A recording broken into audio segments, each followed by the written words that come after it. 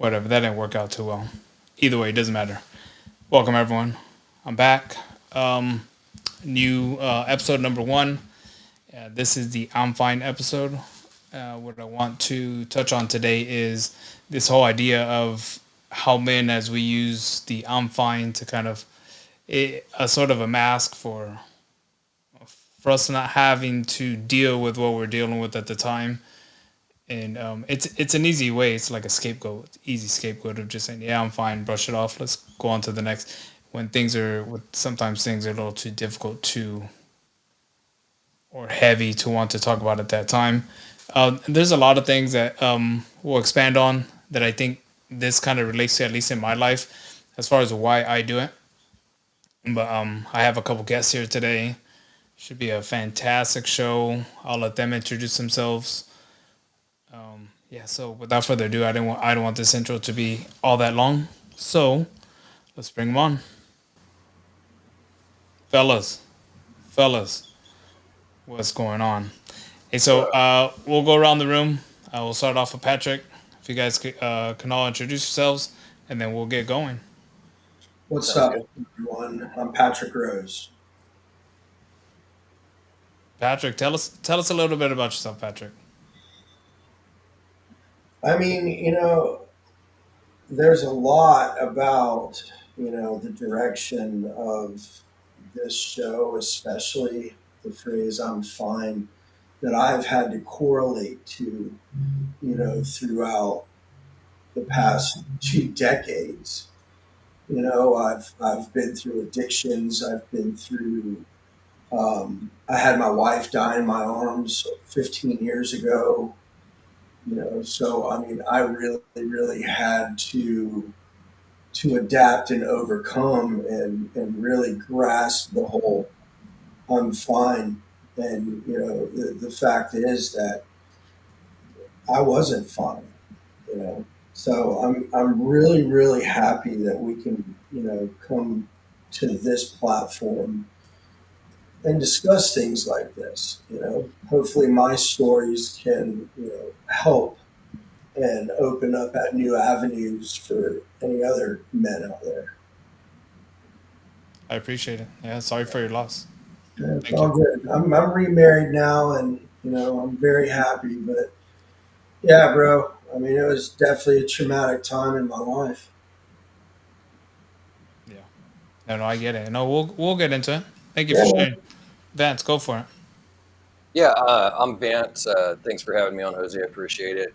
Definitely looking forward to this because I think it's something that we could all, use and stuff, whether you're a man or a woman, but especially this being on a men's thing, mental health, I think it's great. So, yeah, I've been through a lot in my life, a lot of different things, I guess you could say. I've had my share of back in the day doing, drinking a lot of alcohol and doing drugs and a lot of partying and things, stupid stuff I shouldn't have done. And like I said, been through a lot of things, which, I guess we'll get a little more into that through this episode and everything. But yeah, definitely can help out a lot, man. Done some things I definitely regret in life, and we all go through a lot of stuff too. And it's like, you try to make yourself a better person and do things right. And, that's where I'm at right now. Just, trying to do stuff correct and try to be the best version of myself that I can. Amen to that, brother. Yep. Mark, talk to me. Yeah, my name's Mark Middlestead. For those of you that don't know me, um, yeah, throughout my life, I've been through a lot of trauma stuff, mainly with the military. More recently, um, I've been divorced. Um, I had 50-50 custody of my son, and my ex-wife got engaged and moved away to Oregon with my son. So, that there's a lot of emotional baggage and trauma and just, stuff that goes on with life, trying to make ends meet, working 7 to 5 every day and just doing that daily grind and stuff like that adds up, and then when A lot. people start asking you questions about life or how things going, and sometimes you just don't want to talk about it. You just, that automatic response is that I'm fine. Fine. Easy, Yep. right? So, so on this topic of I'm fine. I mean, you bring it up, right? It's kind of this mask that we wear, right? Um, let's go around the room. Like, why?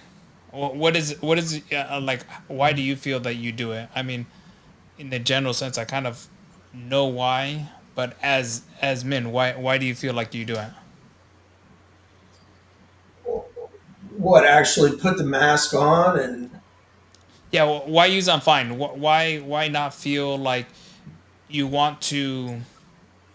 Why do you feel like because you're not able to or not wanting to do it?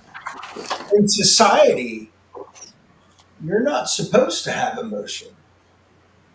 A man is supposed to be the oak, the Hmm. backbone.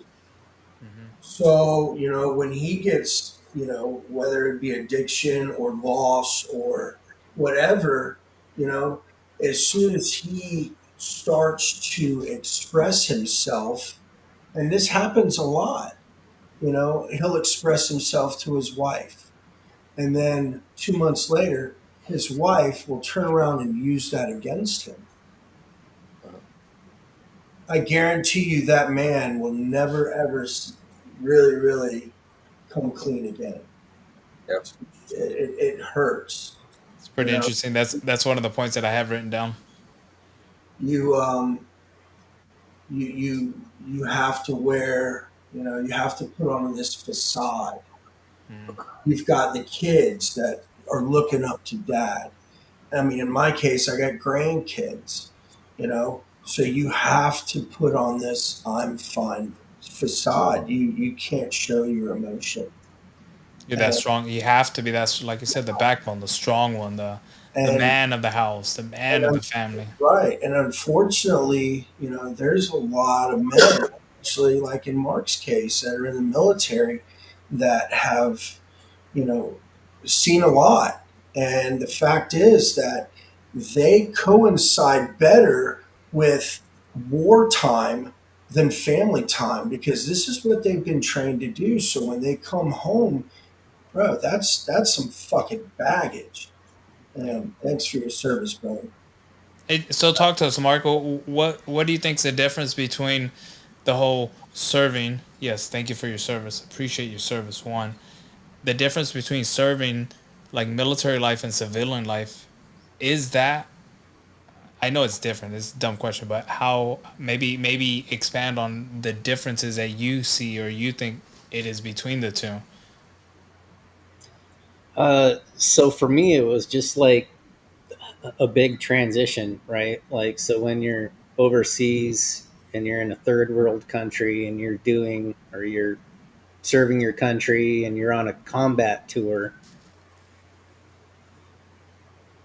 I mean, for me, it was just like, I don't know.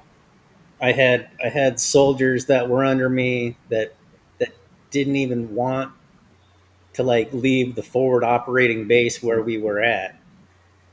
And I was a light wheeled vehicle mechanic, and I specialized basically in vehicle recovery. So anytime, like we'd get attached to different units, we might not even be with the same unit we were with. We might be with special forces, we might be with sappers, we might be, could be any number of different companies that we were with.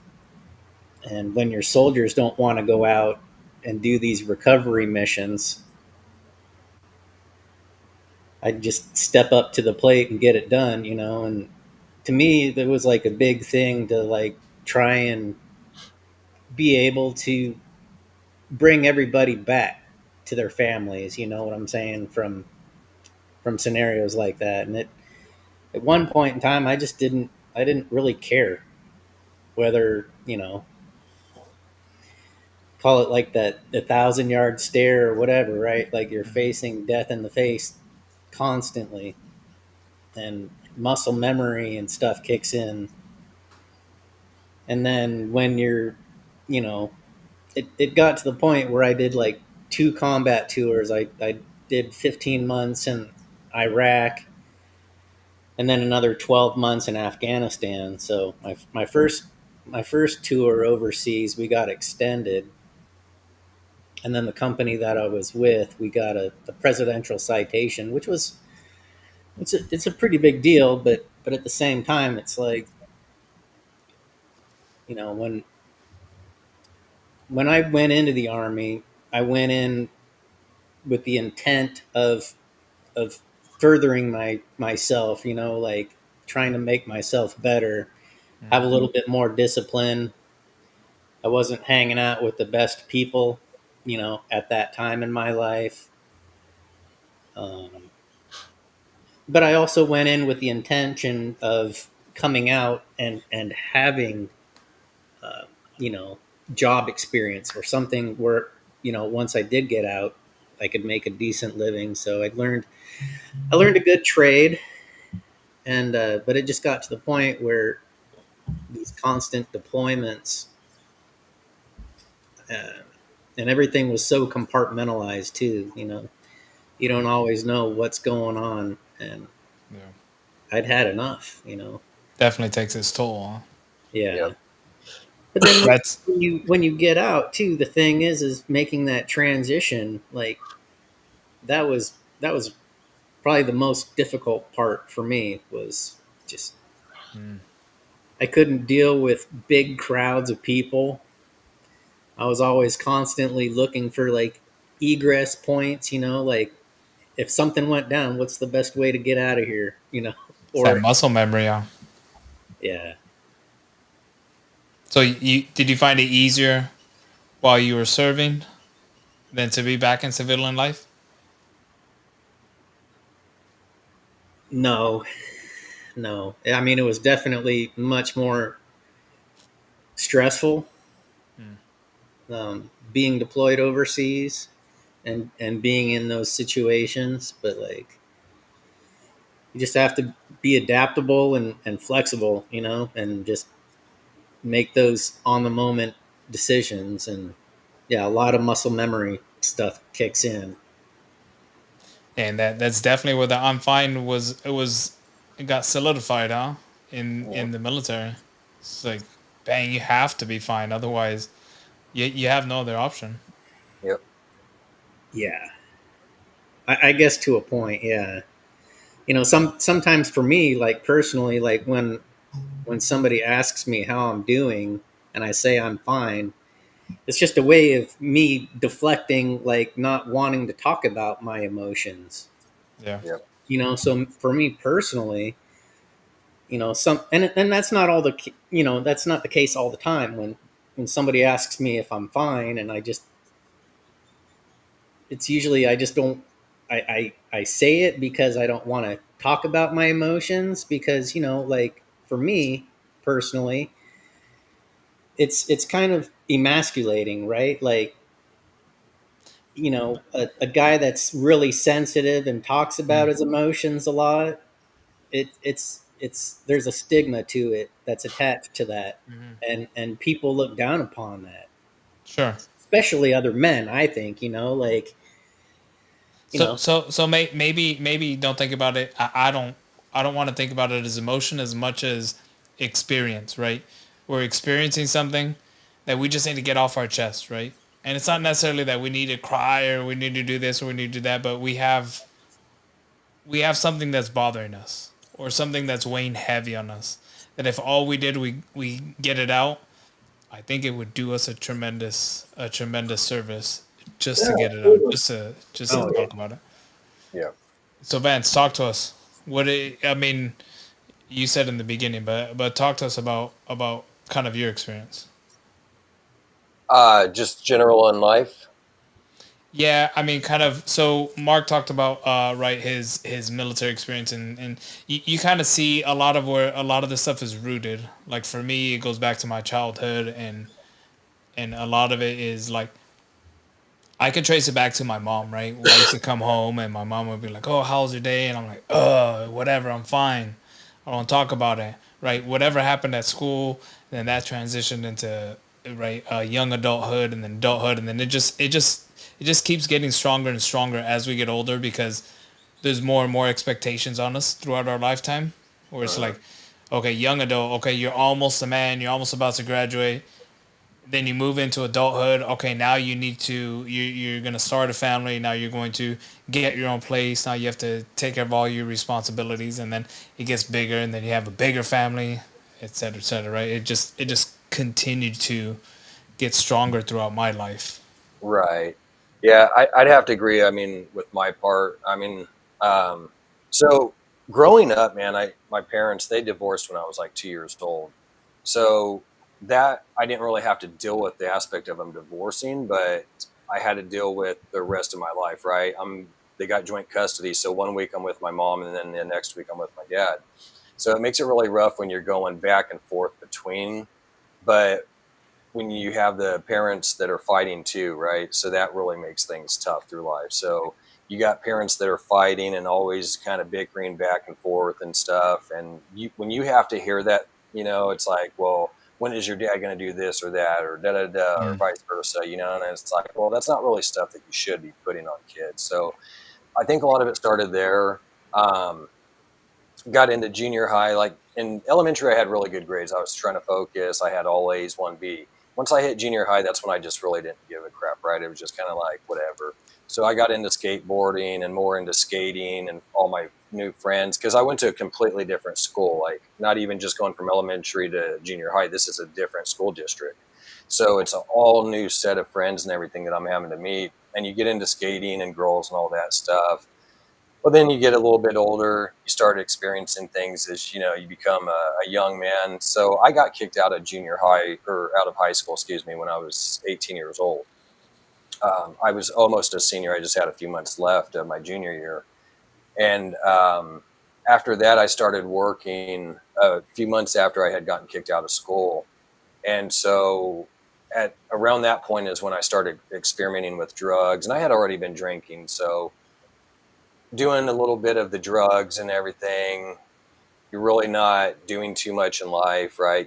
I'm working, don't get me wrong, but then I end up at 20 years old, not really any fault of my own. It was actually the supervisor, but I end up losing my job. And then after that, it's kind of like, well, I don't have a job.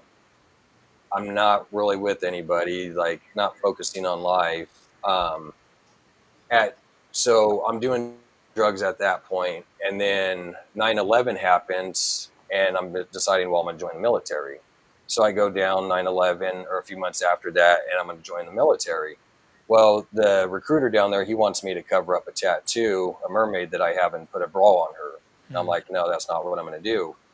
So I go a different route in life, and I'm just back to just being me, right? Just having fun with friends and doing drugs and everything. Well, I ended up getting married when I was 22 years old. So I was at a pretty young age at that point. And it's like I cleaned things up where you're okay, you're not doing your drugs anymore, still drinking though, right? Having fun partying.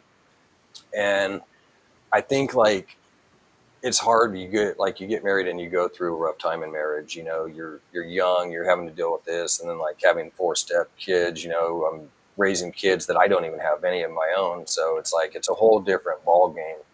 And then you're trying to sit here and you're going to work every day, right? You're trying to bust ass, make ends meet, and everything, and you deal with stuff at work, right? I mean, that shit sucks. I mean, we got idiot supervisors and coworkers a lot of Mm. times. So it's like just having to deal with everyday life, and then come home and deal with that. And then, even if you've got like for me, I've got like my dad that lives with me. He's lived with me for years. And it's like, so that's even another toll. That makes it that much tougher, because it's like, hey, I've been on my own trying to branch from you, but, like you're still here. So it's kind of one of those tough things, man, in life, that you're just having to try to balance everything. And it's kind of like Mark was saying, there's a lot of times that you do want to talk about stuff and let things off your chest. And then there's times that you don't, right? There's times that I just don't want to talk about it. And I just don't, just let me be. And I think a lot of times that can be bad too. I mean, to a sense it could be good, I guess, depending, but that's not really something you want to do, because then now you're letting it bottle up. So with that bottling up, now you're ready to explode. And when it comes that time that you've had enough, now you're just letting it out on the table and saying, you know what, screw you and screw you. It just, you end up, it's pretty tough. So yeah. And then trying to balance your work life, your kids, family, or, everything. And then if you got a lot of us, we're all into the reptile industry. So, you're trying to balance that too. So it's really not an easy thing, I think, for a lot of us. Hey, so okay, let me pose this question, and it's kind of interesting because Nick brought it up here, right? Uh, but it's like you want to say uh, you want to like I'll do this a lot, and I'll tell people I'm fine, and it's kind of like a gauge to see how interested are they to know how I'm actually doing, how genuine are they in that question, right? And Mm-hmm. if they're not genuine, then yeah, the I'm fine is good enough, right? Because a lot of people are like, they just ask you, how are you, just as passing, or like just to be nice, kind of like small talk, right? But rarely do you get people, and rarely do you get people who ask necessarily, or men necessarily, how are you, right? For us to say something more than I'm fine. And I try to be active. You guys expand on this, whoever wants to jump in, but it's this whole thing where I do actually try to, when I ask my friends, how are you doing? They're like, I'm fine. No, no, no. How are you doing? Like, how are you doing? Talk to Mm-hmm. me. See, now I think that's a good point right there. Um, I think that's something that we should be doing, right? When somebody says something, you should, really, how are you? I want to know, not just the this and that. But in the same sense, we kind of do the opposite of ourselves. I mean, okay, so kind of going back to like the I'm fine thing. Hmm. To me, it just seems more of it's. I've caught myself lately over the years, and lately I've really been noticing that when somebody says, "Are you fine?" or "How are you doing?" and you're like, "I'm good," doesn't it seem almost like it's so implanted in you that you just say that over and over again? That Right. sometimes like you don't really mean that. Like I've said that, sit there and told somebody, I'm doing good. And I thought for a second, I said, no, you're not. You're really, whatever is going on, you're pissed off and irritated right now, or whatever it may be. Why are you saying you're good and fine when that's not really the case? But yeah, I think that is something that we should be genuine about when we're asking people, like I'm not just asking you, how are you, just Just to to be get an nice. answer. Yeah, like I'm not just doing it to do it to be nice. Like I'm Hmm. actually really like, how are you? If I didn't really give a shit, I wouldn't be asking you the question. So it's like that's something people should open up, and let people know. Now, of course, there's certain personal things that maybe you don't want out, right? Or at that time, but you know, maybe it's something that, oh, hey, you know what? Maybe I'll talk to this guy later about that or something, right? You know? Me being a chef, I'm over several employees, and a lot of them are men. And I do utilize this a lot at work, especially because I know the pressures of a restaurant, and then trying to keep the wife happy or the girlfriend happy. You're working stupid freaking hours. I get it, man. So when I ask my guys, how you doing? Oh, and I'll go out throughout, half the night. I'll really, just by their demeanor and their attitude at work, I know where they're at. So I'll go back and revisit the question.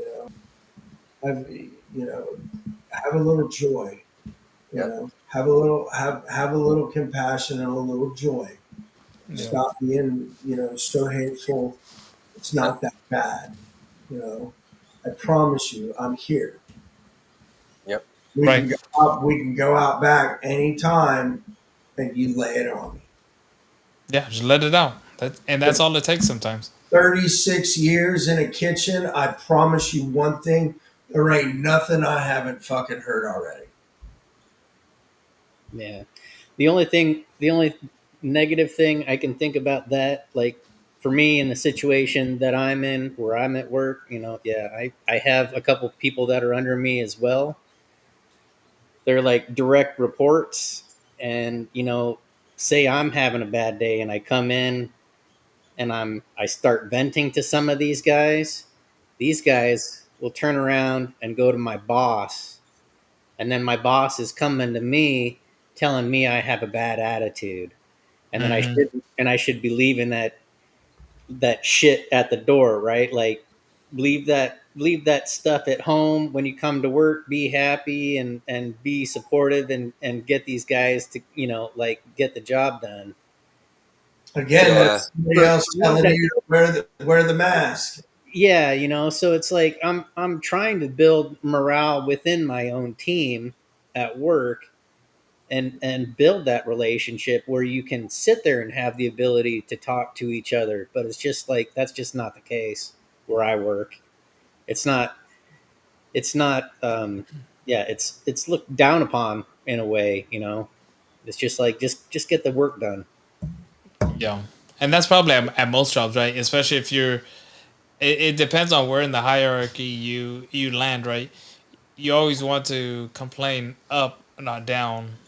Yeah, For the most part, that's how it seems, right? So, like, like for you, I think it would be good in a group to outside of work to just say that, right? To get that's something just to get off your chest, right? Unless it's something that that you need your employees to do that you're trying to convey to them, right? Yeah. exactly. Yeah. And for the most part, my boss does have like an open door policy, so like, if it is something at work that's bothering me, yeah, a lot of times it's best just to not vent to your other coworkers that are below you, or it's best to just go talk to the boss and be like, hey man, like, this is really bothering me. And it's interesting. Yeah. I had like a quarterly review here recently, and it went really well. And usually they only last, like maybe 15 minutes to a half an hour. And I was in there for like an hour and 15 minutes, just kind of shooting the shit with the boss, and like, Hmm.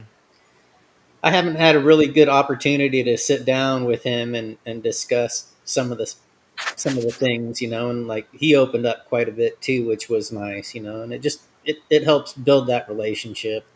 To be you and up on that one, and that works, Yeah. right? And that's maybe that's how they want you to do. But yeah, that I mean that's good. Being able to get stuff off, you have to get stuff off your chest. And at work, sometimes you can only do it at work because that's kind of where you want it, the change or whatever it is that you want to happen Yep. at work.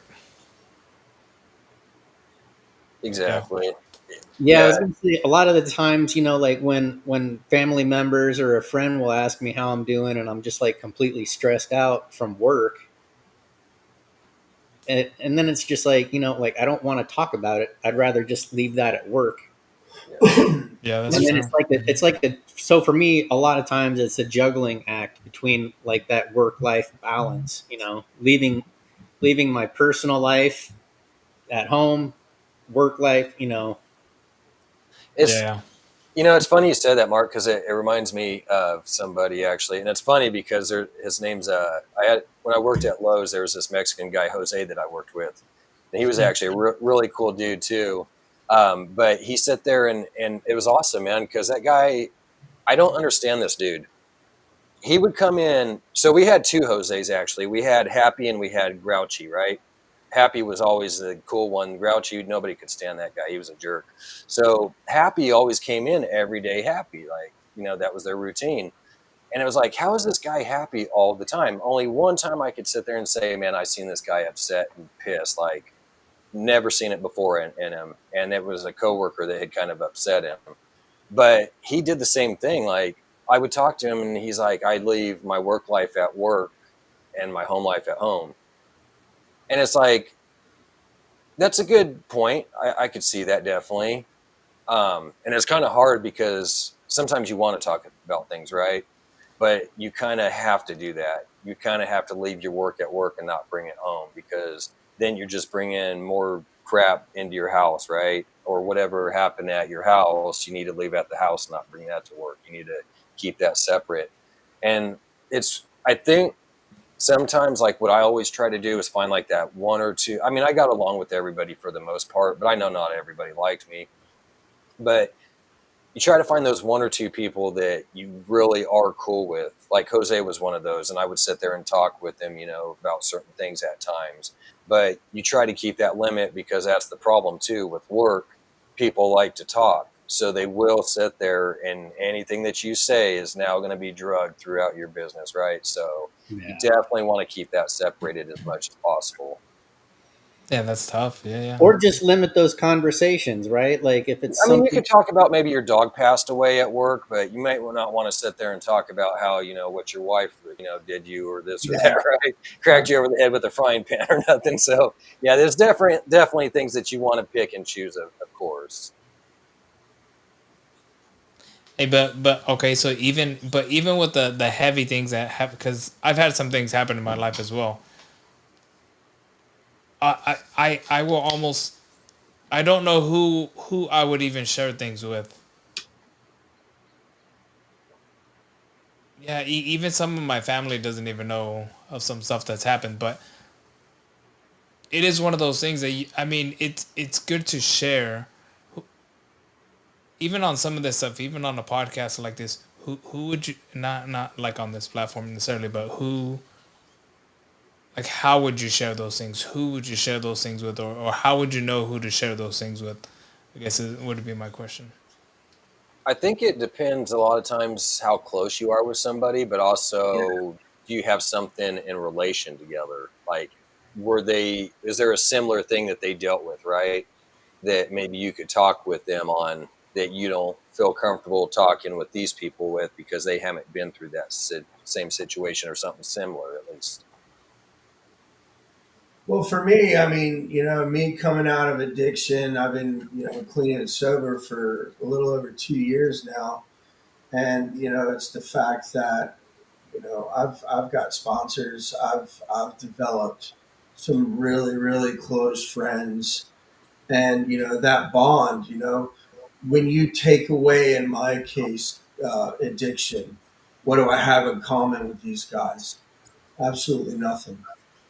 But when you introduce addiction to a bunch of men that are wanting to recover and live a prosperous life, now you have something huge in common. Right. So, my outlet is, I've got those outlets, and there's groups all over the place. I highly recommend that, either that or a therapist. Fuck, they work wonders. Someone Right. to get it out to, bro. Mark, Therapist, yeah, I've gone, VA will pay for one. I've got the therapist one. Yeah, I don't like therapists at all. I guess You my, got, you I had got, a you bad got to be experience. able to vibe with the sure, person. I, sure, I don't really want a woman. That's just my thing. If I'm going to open up, I'm going to open Right. up to a gentleman. Not, in the past, I've been burned quite a few yeah, Yeah. times. I'm sorry, ladies, but No, I agree with you, Pat, because when I was a kid, I seen a psychiatrist, um, and it was a female, and she burned me. She went and said something that got back to my mom that should have never been put out. yeah, And so yeah, that came back on me bad. So yeah. I mean, I've been to therapists. I've done stuff like in past relationships. We're like, oh, let's go to therapy or whatever, and like it's cool, but I mean, it's not for me. Like I'm not. That's not something that I'd rather talk to people, to regular old people, and just talk. Right? There's just some things that all I need to do is just talk, get things off my chest. It's not that deep where I need someone to tell me, like, try to analyze what I'm doing or why I'm doing it, because I think instinctually we kind of know why we're doing what we're doing, right? And we yeah, could think about it in a logical sense and be like, oh, okay, that makes sense, right? And just in talking it out with someone, you're like, oh, you kind of put all the pieces together. I mean, in my thought process, anyway. yeah. I mean, you're right, dude. so I think it's kind of funny. I just chuckled because my girlfriend's a therapist, Nice. and Was we've been she work together. on you? Uh, She tries, yeah. You know, we've been together for Oh, your almost job don't bring your work home. yeah. We've been together for almost 4 years, and you know, like I talked to her about going on Jose's first episode in the Uh-huh. podcast, and like she knows there's times where I'll deflect or I just don't want to open up as much as I do, and I think a lot of it is just my upbringing, right? Like Mm. my dad, growing up, my parents got divorced when I was pretty young too, like about the age of 4, and it wasn't a good relationship between the two of them. And yeah, like they same kind of deal with Vance. They sent me to a therapist trying to figure out, what was going on, and it just sometimes you just have a hard time opening up to people. And Yeah. same stuff with the military too, like it's easier for me to talk to somebody who was there or who experienced a lot of that same stuff. Like so for me, like one of the biggest things I miss about the military, and probably like the only thing I really miss, is the camaraderie. You know, Right. Yeah, even though some of those guys we didn't always see eye to eye, they were like family. They were like brothers. Like your brothers, man. Got each other's backs. yeah, Especially with the stuff you guys went through. Yeah, that makes total sense. You could be punching each other, and in the next moment, you'll be battling it out, right? Protecting each other, man, once those rounds start flying. Back to brothers again. Hey, so what'd your girlfriend think about coming on this show? What'd she think about the idea of this show? she likes the idea. Interesting. It's That's it's cool. interesting because like you said, it is more from a men's perspective Hmm. or a men's viewpoint, but then it also gives us a chance to open up and be more vulnerable or share our feelings and Mm. what we want to talk about. Yeah, stuff that we don't normally talk about, or stuff that we won't normally talk about, or yeah, whatever. You don't feel comfortable enough to talk about, or the environment's not right, or whatever excuse we make on why we tend not to talk about things that we want to, right? There's a lot of stuff that I can say, like for example, growing up, I raised 3 daughters.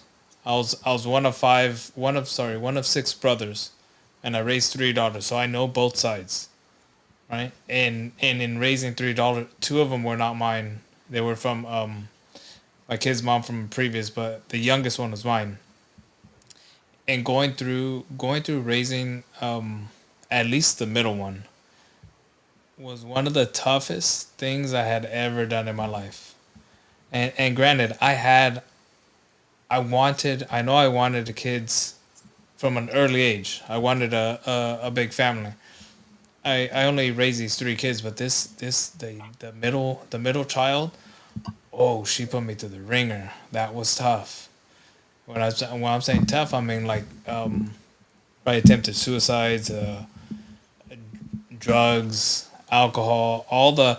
I mean, drugs and alcohol are not terrible. They're not wild to think about, right? Because as kids, like I did the same thing, but I wasn't nearly to that point.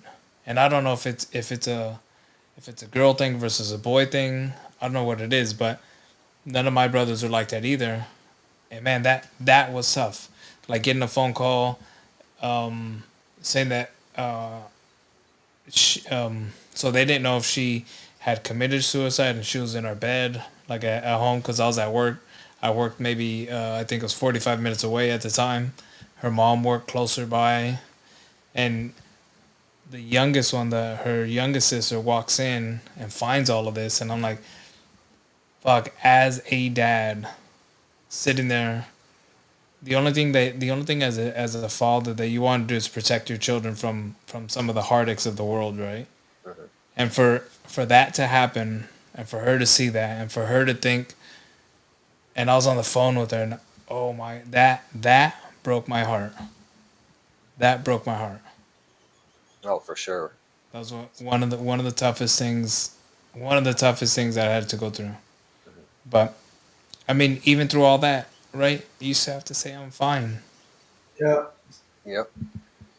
I mean, that was like me when, I used to do a lot of commercial fishing, and I came home from a 7 day trip.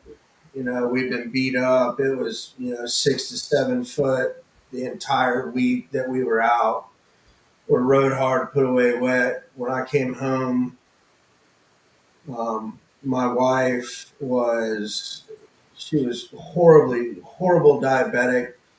Um, Developed gestational diabetes when she was pregnant with my son. Fast forward 10 years, and I come home from a fishing trip and I go straight to bed. Wake up about 1:30 that morning, and she's face down on the floor. And I immediately start CPR on her. Can't bring her back. And I mean, she was very, very shallow breathing. It was pretty tough. And I look up, and my 10-year-old son's watching me work on mom. Man, And I told him to go to the neighbor's house and call 911.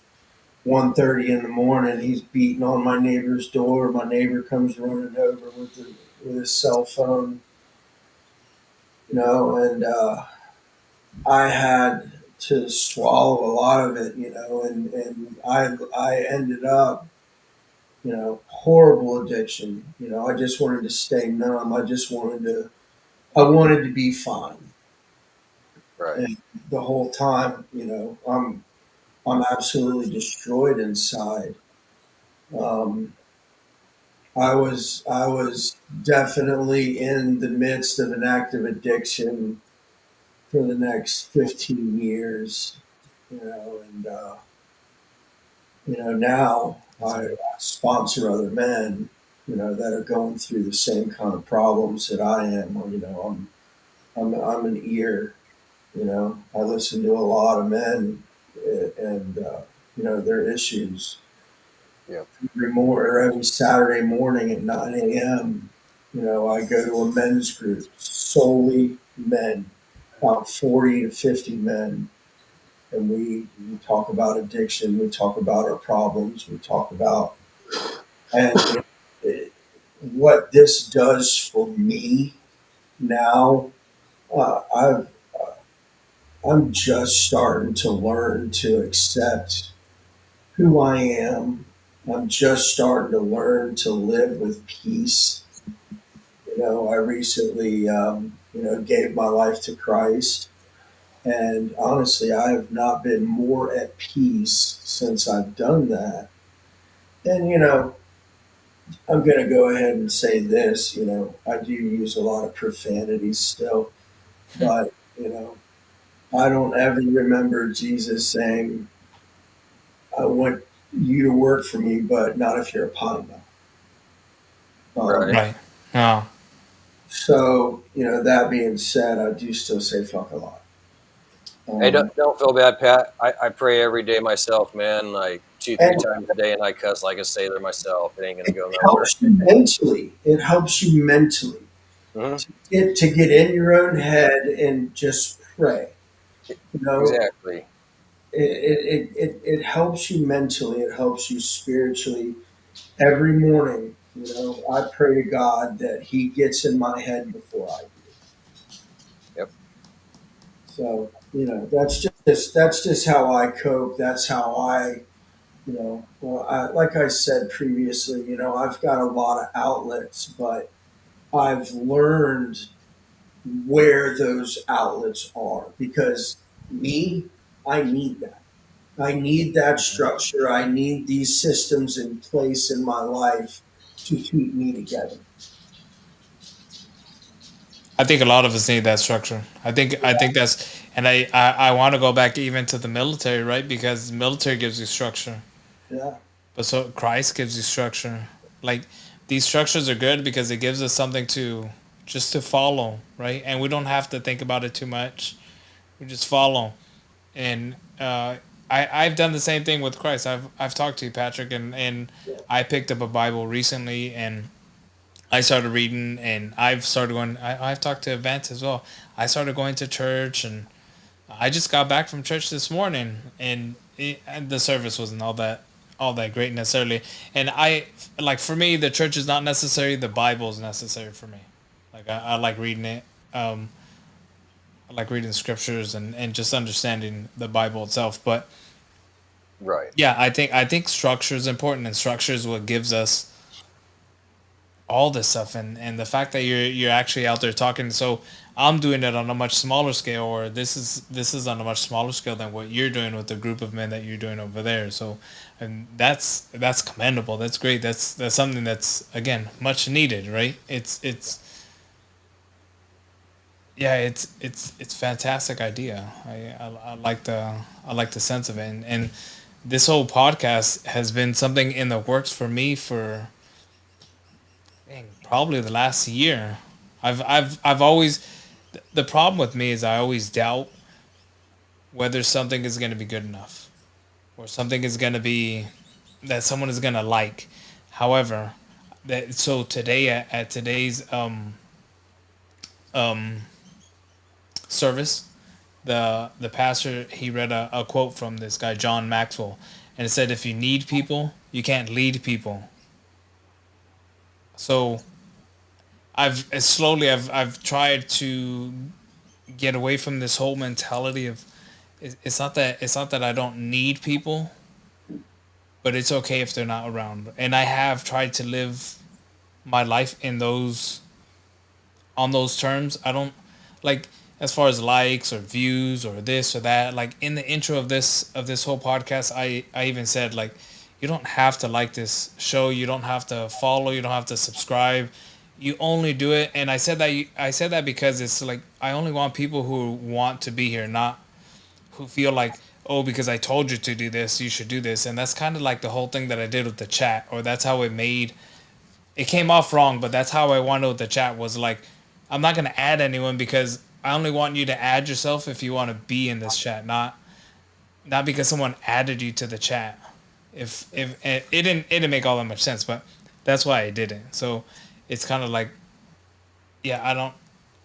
If you need people, you can't lead people, and I'm not necessarily trying to lead people, but at least maybe my words, our words, can stand for some sort of guidance for people, right? Yeah, For you men can out share there. your experiences, and people are going to relate to that because Yep. they've gone through a lot of the same stuff that we've gone through, or maybe they haven't, and then they gain a fresh new perspective Right. on the way someone acts or behaves because of what they went through, right? Like, to me, that's important.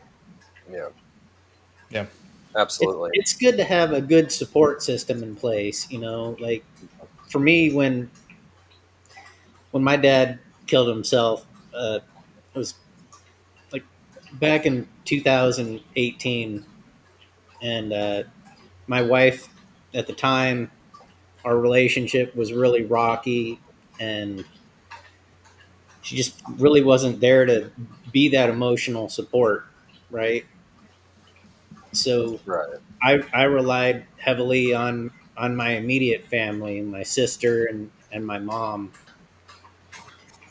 and yeah, just when I went through that, it was, you gotta, it was just a lot of unanswered questions, like I had a lot of self doubt, just didn't know what was going on or why, you just, all these different thoughts and emotions run through your mind. And, a lot of that is just, you're never going to get answers to that.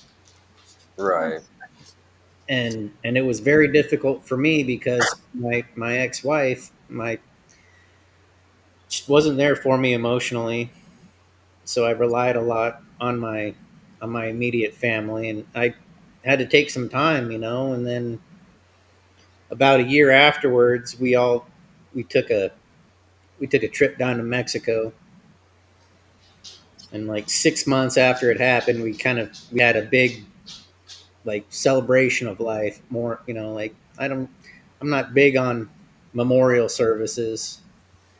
I'd rather get together with close friends and family and celebrate that person.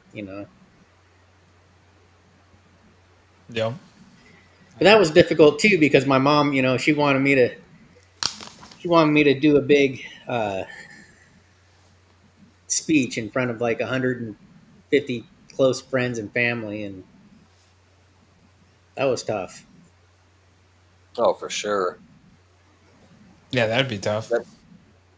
That's that's hard for a lot of people to talk in front of anybody, right? But especially something like that and that many people. I mean, Man.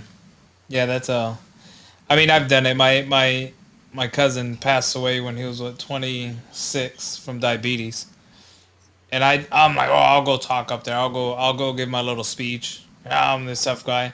Nope, I couldn't get but 2 words out. No way, I'm out. I can't. Nope, I can't do that. There's the flood of emotions that hit me when I got up there. Yeah, I couldn't do that. Oh It's yeah. tough. I give You know, anybody credit for doing it because, like you said, I don't think I could do it. Just everything that's hitting you, you Oh feeling yeah. that soreness of ready to cry and just no, I don't. Oh, I Yeah, was an emotional wreck, but I made it through it. But yeah, give me credit, man. I was sitting there crying the whole time. I mean, Yeah. I was,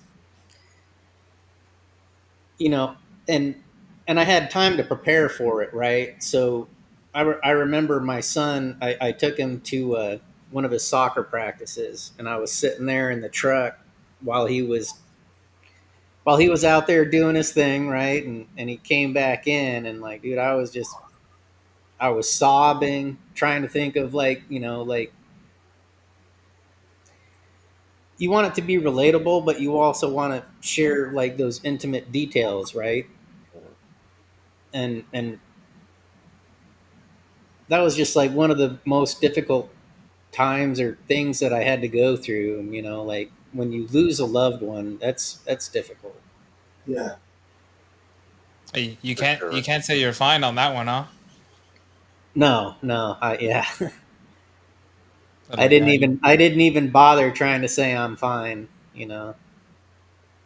Right. but it was nice to have that close immediate family that was there to support me when when my ex-wife really wasn't. That was difficult too, and then I was like, but then like the that like outpouring of emotions that took place that day, and then like all the people that were there, like that was a good thing. That helped a lot. Just the support, I remember talking to my one of my cousins. I was like, yeah, I don't think I've had this many hugs in a long time. Just it felt good, huh? it did. It felt good. Yeah.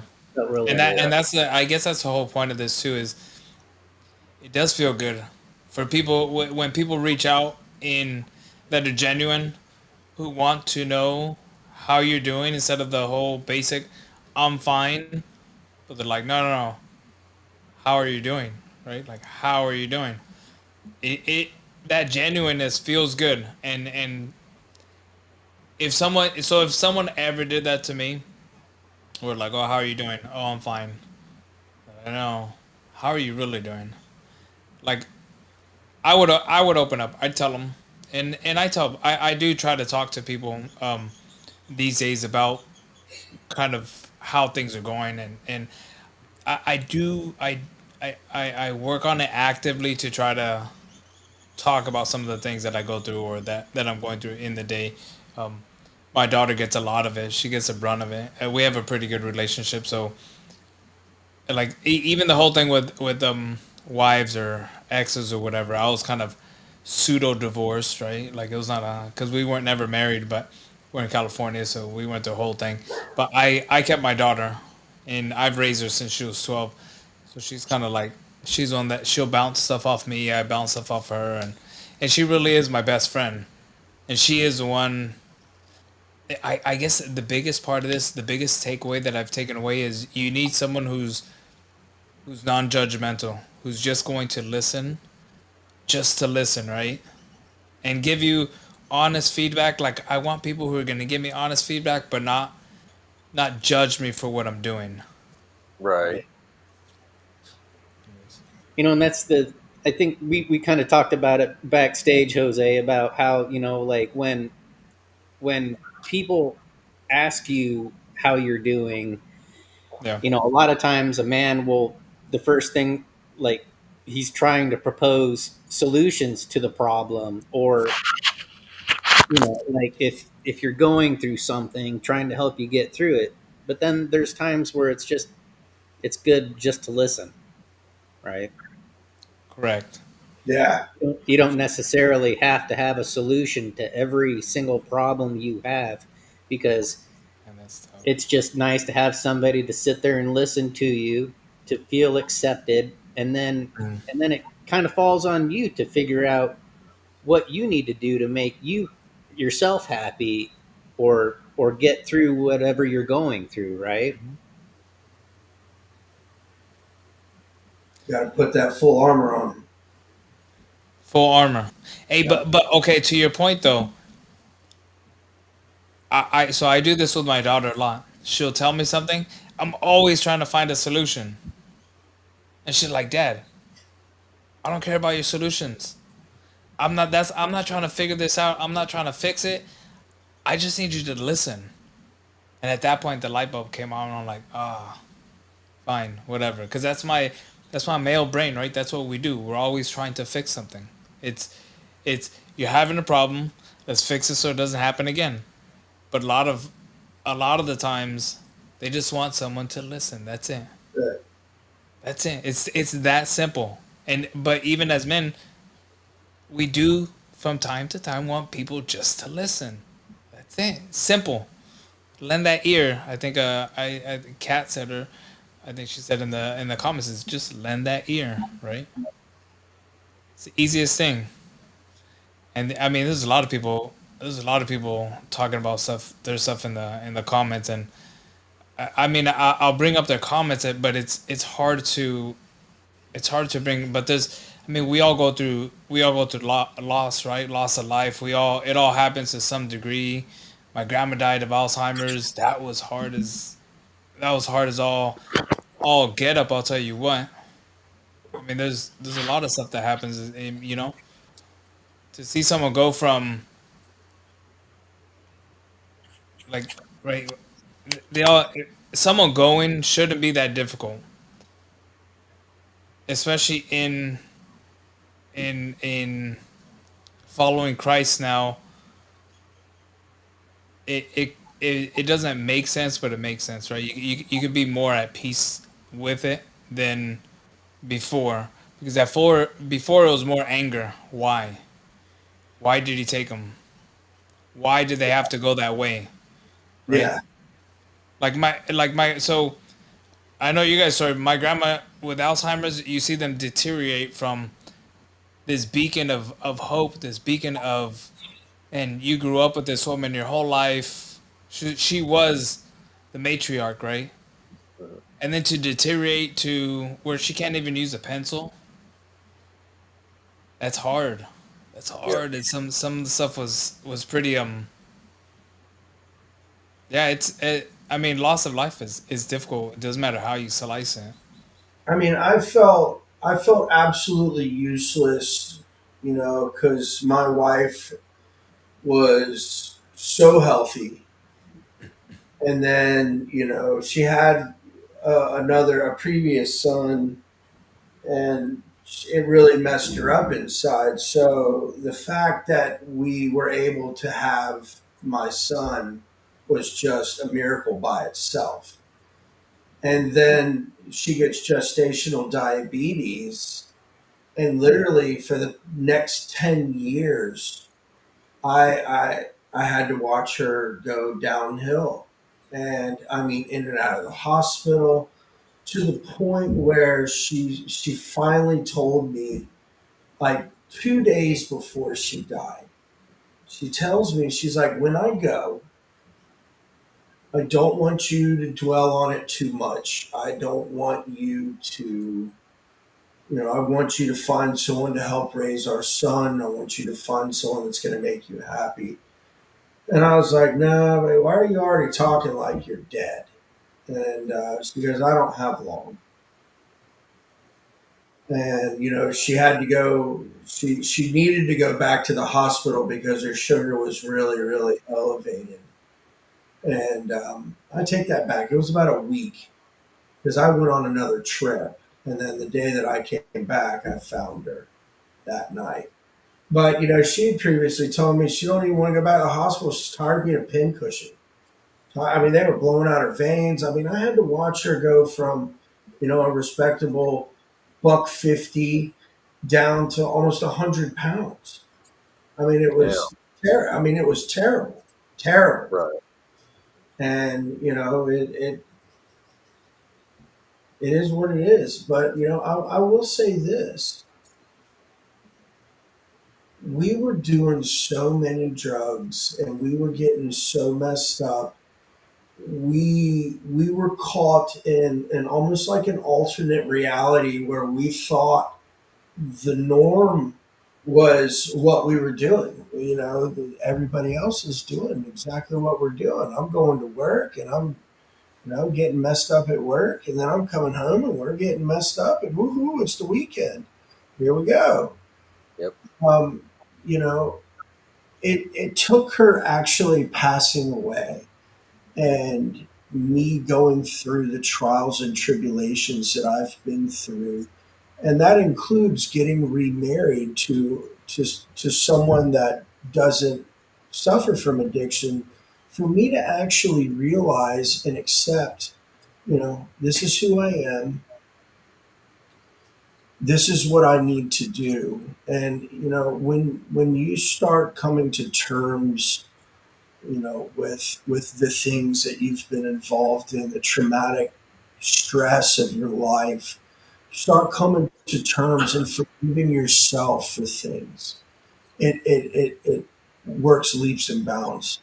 If you learn how to forgive yourself, and I'm not trying to make this a religious spiel, but in the Lord's Prayer, it says, forgive us of our trespasses as we forgive those who trespass against us.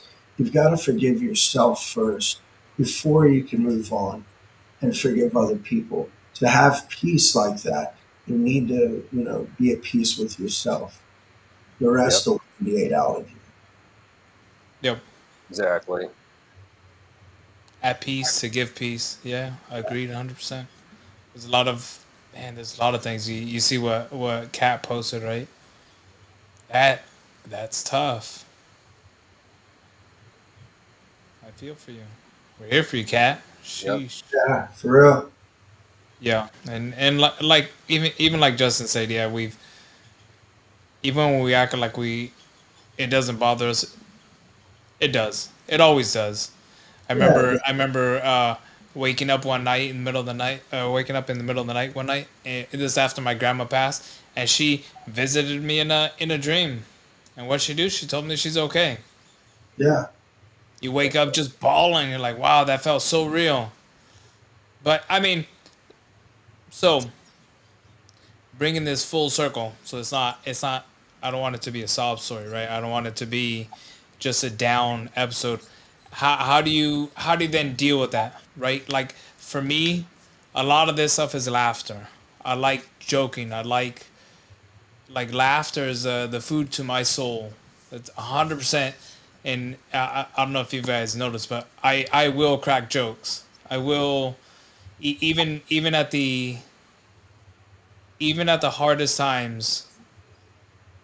I mean, depending on the situation, but cracking jokes makes everything better.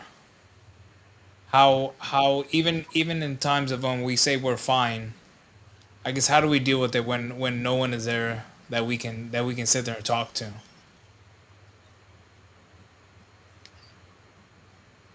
I I mean, think for me, a lot of times I try to put myself in a happy place, even if you're not, right. Something's going on with you. You have nobody to talk to. So I try to think of positive things try to think of stuff that you want to do. I don't know. Maybe you're a car builder or something, right? Go work on your car. Are you into reptiles? Maybe go, do something with them and just get your mind off that. Try to think of what's a good movie that you like or something. Um, that's that's a lot of times what I try to do. I try to put myself in a different thought of thinking, and I try to think of it as, well, there's always things that could be worse. Yeah. I can think of a lot of things that could be much worse, right? Um, try to think of stuff like that. Yeah, for me, it's kind of like a yin and yang thing, right? Right. There's going to be those good forces in life, and then there's going to be those not so good forces in life, and it's like the constant battle between light and dark. And Concept. and any day you wake up on the right side of the dirt is a good day, you know. Amen. Yep. And I think a lot of times we just don't sit there and appreciate that, you know, like we should be thankful for every day that we wake up and we're around, and you know, the more positivity that we can spread, the better it is, Yeah. right? I think when you try to be a good person and be a positive person, it far outweighs being negative, you know. And karma's a real thing, and it will come back to bite you in the ass if you know, if you want to do that or go that route. So Absolutely. I think it's always best just to be stay positive and help your fellow man and be there for each Yeah. other. And that's really, like you said, I mean, that's all you can do. Just place yourself around positive people. You're right. That's what I try to do. But again, not saying that somebody's being negative, but sometimes again, you just have those off days. So, and that's the thing. You just have to think of the positive that, hey, you are still alive. Things could be much worse. I have those days a lot. I mean, I'd say at least every couple weeks, at least, there's got to be a day that I sit here and go, man, I really don't want to go on. It doesn't mean that I'm going to do something stupid. It just means that life's kind of shitty right now, and I really don't want to get the fuck out of bed, man. I just want to keep laying down, right? So it's just, I don't know. You got to try to make the best of it, that you can. Yep. And that I guess kind of the whole idea of this is this is my way of just getting out of it, just talking through some of these things that I've like.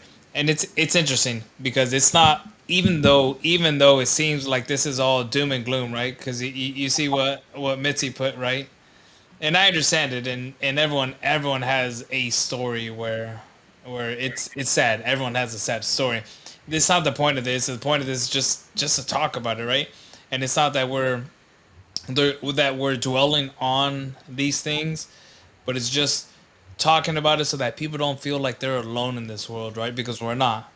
We all have shared experience, shared or not shared, similar experiences where so many can relate to, right? And it's kind of this. I'm fine to some degree. It's like, yeah, we're putting on this mask, but yeah, maybe right. The realization is maybe there's not always it's not always the right time to talk about it, right? But we definitely have to find the times to be able to open up about it. And Correct. this is my attempt at putting together something where people feel comfortable enough to open up about it. A lot of times, and at least in my case, and I can probably speak for a few other men out there. When you go to talk about something, a lot of times, you do get overwhelmed with emotion, and what you're trying to say comes out all wrong. Yeah. And I mean, you could be trying to say something, and it would come out, and it sounds so derogatory and so Uh-huh. fucking hateful. And that's not what we're trying to say. Right. Right. You have to you, you have to learn to read between the lines when it comes to a man and his feelings, you know. And I believe I heard a woman actually say that. Um, I think it was a reel that I watched. It was this chick, and it was similar to what kind of what we're talking about, and learning how to read your husband. It was very interesting. I wish I could find it. I'd share it with you. How Nice. to how to read your husband? You said. Yeah, how to read Yeah. him, and pretty much pick up on. Listen, he's trying to talk to you about his feelings. Right. Instead of nagging him and bitching at him, just and then, like I said, when I opened up, don't use it against him. Yep. Hmm. That's the quickest way for one of us to shut down. Actually, I'm glad you mentioned that again, Patrick, because that's one thing, man, that you said that I didn't think of at the time. And I think there's a lot of things that we want to say, and sometimes it's just, there's so much shit you can't dig everything up. And that was true. That was one of the things, man, is one of the biggest issues is throwing it back in their face. Yeah, Hmm. Like it never fails. I've always had to deal with that, and it's like, you'll why? never get 100% of that person again. Exactly, because like you said, they're not going to open up. And I've sat there and I said it. I said, you know what? Well, fuck you. I won't say a fucking thing again. Like Yep. that's one thing that just crossed me and pissed me off. Don't, like you got to be there for each other. The best that you can. And It's that's just what. And, Yeah. it's a two sided. it doesn't. It's not generally, about your spouse. I mean, you know, we're talking about family members. We're talking about your Hmm. Right. friend. We're talking about Absolutely, you know, the chick from down the street. I mean, it doesn't matter. absolutely. When you confide in this person and you tell them, hey, look, I'm not feeling okay. I feel some type of way and I need to get this out because it's Hmm. eating at me. Hmm. Yep, And then all of a sudden you get in a fight with Joe Blow that you confided in, and next thing all your dirty laundry's all over freaking Yep. internet. yep, Some shit like that. It, that's not conducive to our mental health whatsoever. exactly. Yeah. Yep, And that's where the trust is broken, right? You're like, yeah, I'm telling you these things in confidence, not for you to. And like you shouldn't have to tell them, don't repeat this or don't whatever. I've also had significant others. They do the same thing. It's unfortunately we spend the most time with our significant others, and Correct. family members would do the same thing. But even with significant others, you're like, you tell them something and bang, they use it against you. And like, oh, what's going on? It throws off the whole dynamic because you're like, yeah, you don't want to say anything, and it's yeah. I mean, even with friends though, you have friends who have lost. You lose friendships over things such as that as well, right? Like you tell them things and It's like, it's oh, you hard. remember when you were saying this about you know who or that or about right, and it's like, that's not how that's supposed to go. If people are trying to talk to you about real things, right, about how they're feeling, yeah, maybe don't do that. Yeah, exactly. that's a good way to end a relationship. It's hard to gain that trust back when somebody is Right. spiteful enough to go ahead and do that and then throw that back in your face to try and hurt you, right? Like Yep, Right. that's not the way to go about things. You're here we are as men trying to open up and share something with you or a friend or a family member or whoever, right? And then for you to go and do something like that, that's just That's already difficult enough, right? As men, it's already difficult enough, and you're lucky we're trying to do it, and then it just solidifies this whole idea of not doing it, right? So then we start going, oh, no, I'm fine. Never mind, I'm fine. Never mind, I'm fine. Like I don't, we don't want to. So exactly. it's kind of funny. You see a lot of these those are like this TikTok trend where they're like, we listen and we don't judge. You remember that whole deal, Yeah. right? And but they kind of made fun of it, but that's kind of how you should be listening, right? You should be listening without judging. It's not something necessarily. It's not a funny meme. It's like that's how people should be listening. You just if you're gonna listen to someone in good faith, you're gonna listen to them, right? You're not gonna you're not gonna judge them, and you're not gonna use it against them later. You're not. So okay, you guys know Cat Williams, right? Mhm. he did the whole podcast with was Club Shay Shay, right? Yeah. And you remember when he's like, "Oh, I was just listening. I was just taking in. I was just like gathering information, right?" You're like, "Bro, what are you doing?" Like that's I don't know that you should be doing that. Maybe you should just be listening. I guess to his defense, it was just things that he was seeing that were happening, and not people who were confiding in him. So fine, that's fine. But it threw me for a loop when he did that because I'm like, oh, you're supposed to be listening to me, but not storing it for later. And even on some of them, there were people who were telling him things that then he's like, oh yeah, I can use this or I can use that. No, go ahead, tell me what is that again? And like, that's not how it's supposed to be. But Right. No, I mean, I don't know. I'm still trapped. I don't. It ain't none of my business. So I've had to adapt to that philosophy no, ever since I really, really sobered up. It ain't none of my fucking business. Oh, where goes the go? There he is. Yep. Um, so like when I talk to people in my group, and we share some pretty deep stuff. It's none of my business to go and get in your business. right. You said what you had to say to me. Do you feel better getting it off your chest? All right. Yeah. It's none of Yep. my business to take it any further than that. Right. Now, if you said you just killed your daughter or something like that, then I'm going to make it my fucking business, and Slightly something different like, there, right? huh? Slightly different there, right? Yeah, if you're confiding in me that you just committed a serious felony or something like that, then we're going to Right. have one, especially Right. when it comes to a child, because I don't play that shit. Yeah. Or, But this or whole give me idea half, of or give sorry, me go. half the money from that bank that you just hit. Right? No, just kidding. But yeah, for Listen, sure. when in doubt, butter that bread. That's right. At that point, we'll take some money on that one. Yeah, listen, I got a big mouth, man. Woo, son. Got to pay me off for that. 50 Yeah. grand will make me real quiet real fast. Yeah, there's a lot of anyways, I mean, and it comes down to that it still comes back to that whole thing where I'm fine, right? They like Mhm. you do that to people. People aren't going to want to confide. People are not going to want to open up, Exactly.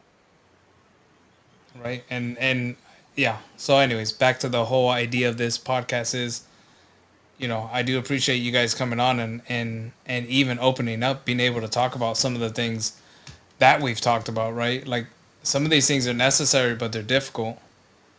And yeah, I mean, as you can tell by some of these comments, right? They like people are hearing it. People, we all go through it. You know what's crazy though, Jose? I One bet you like everybody that has talked, like not just on the panel, but I mean people in the comments too. yeah. How much more is there that people still have that they haven't even talked about? You know what I mean? Oh Like yeah, I'm yeah, sure there's so much that everybody has been through that they can really just like open up that I'm bread gonna and just let it all out. I mean, it. something now. What's up? So, Jose, you created a safe platform, and how many people, you know, usually are in the comments, "Hey, what's up? How you doing? This, that," and talking amongst themselves. I see so many people sharing things that they like traumatic events in their life. Mhm. Right. And I think it's awesome. In just in the comments. That's yeah. I think that this mission is accomplished. Yep. And we're just Sometimes getting it's started. good just to get it off your chest and just to be heard, right? And be Exactly. accepted for what you went through or whatever you're experiencing. Yeah. Yep. And like, there's no exact time that's really. I mean, anybody could be going through stuff at any time, right? So there's any time that you could need to talk with somebody any day of the week. It doesn't matter. But I think that this was really cool on a Sunday too, because it's like it's the end of the week, and it's kind of like, hey, this is a refreshing for the start of the week. So kind of maybe get stuff off everybody's chest, and then you get to start the week kind of fresh minded again. Got things off your chest, you're good to go. You know, might be a positive on that too, right there. But either way, it's a positive because people got to talk, man, and that's all that really matters.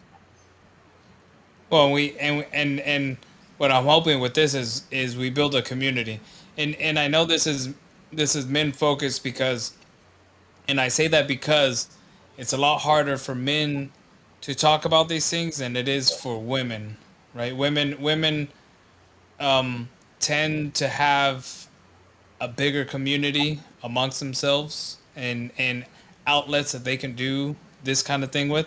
Men don't, and we don't. We'll like I said, we do this mask thing. I'm fine. We cover it up. We don't let people see. We want to be that provider. We want to be that leader. We want to be that strong person that society sees us as, and we are, right.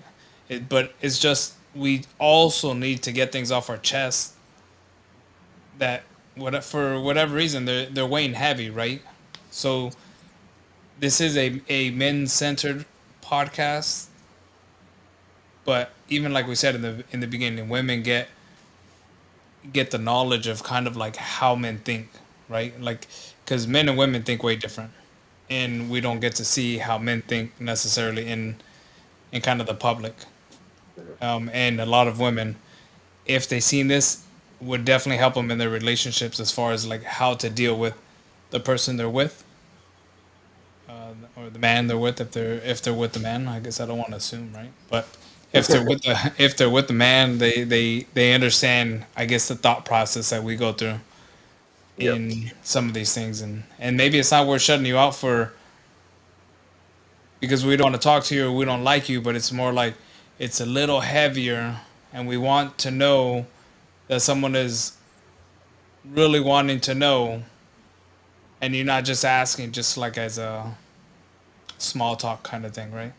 yep, But if you're asking genuinely, A lot of guys carry baggage that's a lot deeper than just hey, how you doing? And like you said previously, there's got to be that trust. There's got to be a bond, and yep, it's a lot. I mean, guys are usually the ones out, working, 8 to 15 hour days. A lot of women are homemakers still. A lot of women do are out there in the workforce. But you're absolutely right. A lot of women, they have these outlets. You know, how many times you see a girl down the street talking to the other girl down the street who you didn't even know existed. You know, they they're drawn to each other. And that's cool. yes, exactly. yep. It's kind of reading some of these comments. Yeah, but you look at you right. Mitzi even finally opened up, right? Yep, I mean, we, that's the one. we all we all deal with something. It's part of life. It's how we express ourselves or how we go through dealing with that kind of stuff. And yeah, and just like everyone in the comments, I appreciate you guys for sharing. Um, I didn't want to put up a bunch of the comments, some of the, I mean, especially the hi to everyone else, but at least some of these bigger comments I like putting up on here because at least it involves them in here in Yep, their stories and kind of what they're going through. But it's for sure. yeah, I want to give the focus to the people on the panel so that we have right, our conversation is more centered on kind of a deal. But And Right. let me just say this before we go anywhere. My door is always open. If someone's having issues, whether it be you just need someone to vent to, hit me up. You know, Yep, absolutely. same. I'm hey, I'm not the best at reaching out 'cause that's difficult for me. But I would never ever if someone reach out to me, I would never shy them. I would never push them away or ignore them. Anyone who is and anyone can attest to this, but anyone who's reached out, I'll definitely talk and you know I'll try to help out. I just like Pat. I'll lend an ear. I'll listen. I mean if you want advice, shit, I'll give you advice too. Whatever, for what it's worth, right? Yep. You take my advice or not. Like I'll put it out there. But yeah, anyone needs anything. I'm assuming most anyone on these panels are going to be fine with anyone reaching out and Oh, for sure. Absolutely. with whatever they're going through, right? And we Yep. all have different things that we've right dealt with. You talk about the military and drug addiction and just a bunch of things that we all independently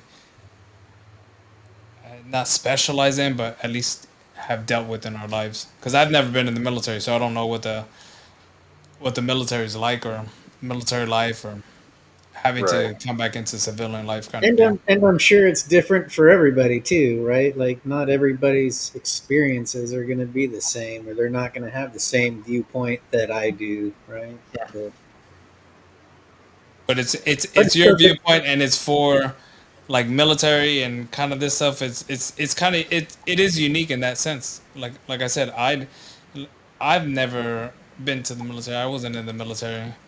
Pat, you right? You're a chef. That's a whole different thing working in the kitchen and stuff and Vance with all the stuff that you've been through. It's like we all have something to contribute to Definitely. something. So yes, like Pat said, expand on Pat. If I'll put it out there the same. If you guys need anyone, we're here for you guys. That's the Yep. whole point of this thing is to create community. You need to talk, we're here. Heck yeah. Absolutely, man. So on that, I want to appreciate you. I want to say I appreciate you guys, all of you guys on here. Everyone in the comments, Mitzi, Kat, Justin, Sammy, Adrian, Greg. Shit, there's a lot of people. Josh, Michael. Who else is in there? Nick from Triple Six. So I'll have Nick on the other one. Dickie. So the next show is gonna be I'm not 100%, but I think it's gonna be I'm gonna call it Man Up. So there's it kind of Nice. works. It kind of piggybacks on this one. Where this one we're talking about I'm fine, and the next one is Man Up. Right? We kind of touched a little bit on it, right? Where it's like as men we're expected to do certain things in life. Shauna. Um, but yeah, I wanna then extend the conversation into the whole man up deal. So yeah, let's see. And as well, I want to put it out there. If anyone wants to jump on here, I've had a couple people reaching out that want to either share their story or want to be on a podcast. And like I said, I want to keep it a small group for each podcast. So if people want to reach out and want to be jump on a podcast and feel like that podcast either speaks to you or you want to be part of it, part of the conversation, reach out, let me know. You could hit me up on Instagram and we'll go around the room. Any closing remarks, Patrick? God bless. I'm gonna tell you now, ain't nobody have worsened their situation by following Christ. Yep. Vance. Yeah, definitely. Exactly what Patrick said. And just keep your head up, man. Just stay positive and just appreciate the people around you and everything. Try to make the best out of every day. Wake up, try to be positive. Even if it starts out crappy, try to think of something positive because it's kind of like when you're in a certain state of mind, it's almost like it could be that way if you don't kind of change it. So try to just think of something else and, just like I said, reach out to the people around you, love them, and, give them a hug, call your parents and everything, siblings, relatives, whoever. And Let everybody us, know how much they mean to you. Yeah. If you, like Pat and all them said, if you guys need to reach out and talk to anybody, reach out. We're always here. We ain't gonna say nothing. I know there's a lot of things that I could say. Trust me, there's things that I've been through. I mean, just what I put out today was just a little taste of stuff. That wasn't even. Trust me, I've had to sit here and deal with a relative that tried to kill themselves, and I had to pull them off a railroad track. And I got rocks thrown at me and had to push them all the way down while a train was coming. It's been a rough road. There's a lot of things that we've been through. So just stay positive, man. You need to talk, reach out. We're here. You know what I mean? Just positive vibes and pray. Keep God in your life.